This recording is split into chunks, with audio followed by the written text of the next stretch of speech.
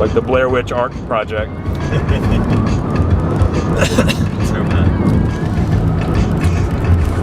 if I could go that way, we get lost out here.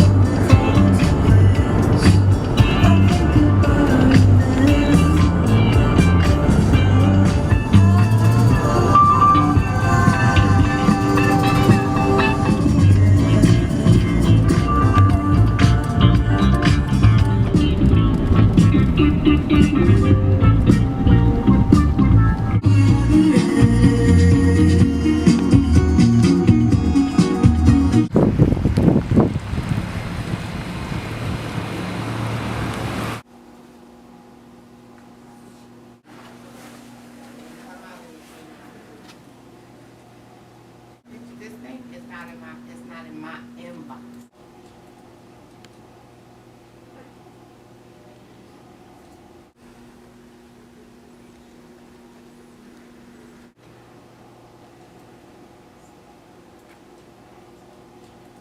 So we're here in the Carthage Library, public library. That's why we're whispering.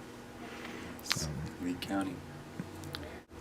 It's always exciting to go into a library because the atmosphere has so many different dynamics. It seems like one of the few community places that still exist where you really see information for lots of different types of groups, and it's all just kind of cobbled together and presented and just brushing shoulders with so many different ages and backgrounds. I can't think of another building like that in towns anymore.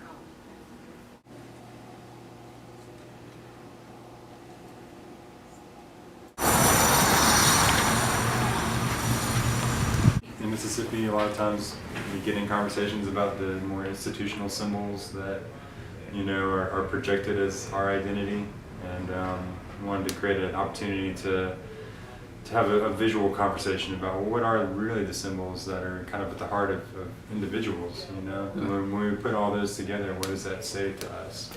How can we kind of tap into where individuals are at and what they think represent who they are?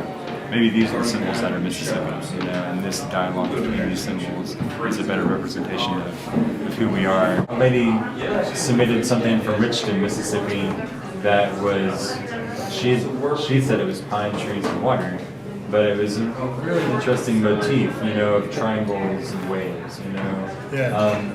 So, you know, I think even when you're touching on maybe common themes, you see that their perception is coming through. On this drawing right now anyway. Well, we don't really have quartz in Mississippi. We don't really have crystals so much in Mississippi, but it's definitely been, you know, something that I've always been drawn to. When I was just like sitting in my gravel driveway as a kid, picking through rocks, finding quartz and stuff like that.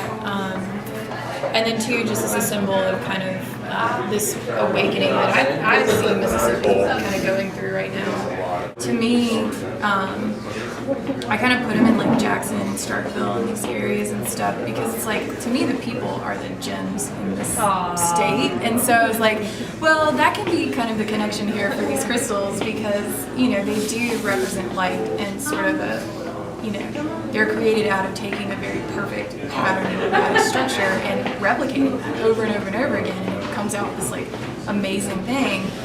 I'm gonna invite different people throughout the state with different backgrounds, disciplines, to do an analysis of the symbols, and that'll be displayed in the museum alongside the sculpture when it's up.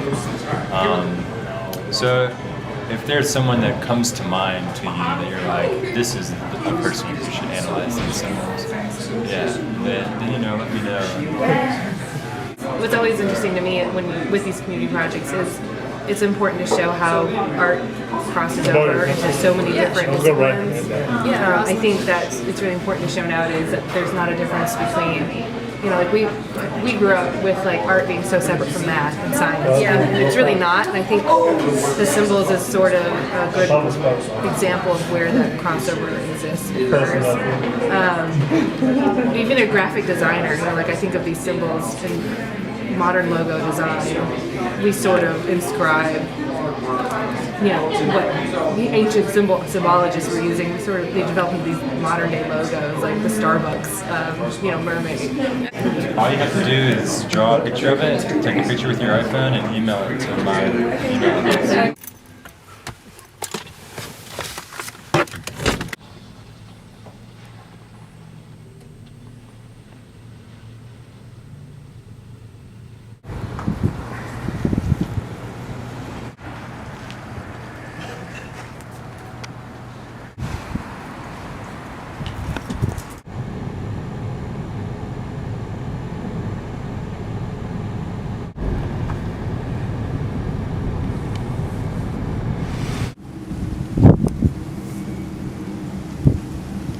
Now, I'm gonna take this out.